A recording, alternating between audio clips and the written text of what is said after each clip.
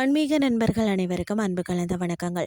இன்றைக்கு நாங்கள் ஆன்மீகம் சம்பந்தமான பதிவில் பார்த்தீங்கன்னா, கையில் மருந்து கிண்ணம் ஏந்திய கருணை கடல் வைத்தீஸ்வரன் கோவில் அன்னை தையல் நாயகியை பற்றி தான் நாம் இன்றைக்கு பார்க்க போகிறோம். மருந்து வேண்டுமா, இதோ என் அண்ணி தருகிறார் அப்படின்னு சொல்வார்கள். அதாவது பார்த்தீங்கன்னா, மயிலாடுதுறை மாவட்டத்தில் வைத்தீஸ்வரன் கோவிலில் இறைவன் வைத்தியநாதராக வீற்றிருக்க அவருக்கு துணையாக நின்று உலக உயிர்களின் பிணி தீர்க்கம் தலைமை மருத்துவராக அன்னை தையல் நாயகி அருள் பாலிக்கிறார். அன்னையின் இந்த அபூர்வ கோலத்தின் பின்னால உள்ள ரகசியங்கள் என்னன்னு சொல்லி பார்த்தீங்கன்னா, தைல பாத்திரம் ஏந்திய தையல் நாயகி அப்படின்னு சொல்லப்படுகிறதா. பொதுவாக அம்மன் கைகளில் ஆயுதங்கள் அல்லது மலர்களை பார்த்திருப்போம். ஆனால் இங்கே அன்னை ஒரு கையில் வந்து தைல பாத்திரம் மருந்து கிண்ணம், மற்றொரு கையில் பார்த்தீங்கன்னா தீராத நோய் தீர்க்கக்கூடிய மூலிகைகள் ஏந்தி காட்சி தருகிறாராம்.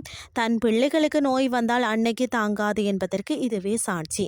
வினை தீர்க்கம் திருச்சாந்து உருண்டை, அதாவது இங்குள்ள அன்னை சந்நிதியில் வழங்கப்படும் திருச்சாந்து உருண்டை வெறும் பிரசாதம் அல்லங்க, அது ஒரு மகா மருந்தாம்.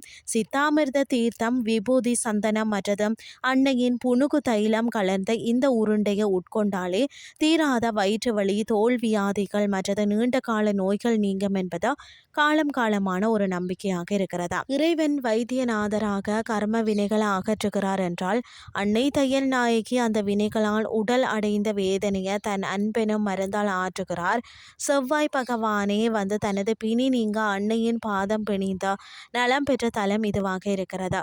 சிகிச்சைகள் பலன் அளிக்காத நேரத்திலேயும் அறுவை சிகிச்சைக்கு அஞ்சுபவர்களும் அன்னை தையல் நாயகியை வந்து சரணடைந்தால் அவள் வந்து தனது தைல பாத்திரத்தில் உள்ள மருந்தால் அற்புதம் நிகழ்த்துவார். பிணிகள் போக்கும் தையல் நாயகி திருவடிகள் போற்றி. இன்று ஆன்மீகம் சார்ந்த பதிவு உங்களுக்கு வந்து பிரயோசனமாக அமைஞ்சிருக்கும்னு சொல்லி நானும் நம்புகிறேன். இதே மாதிரி மற்றொரு ஆன்மீகம் சார்ந்த பதிவோடு உங்களை சந்திக்கிறேன். நன்றி.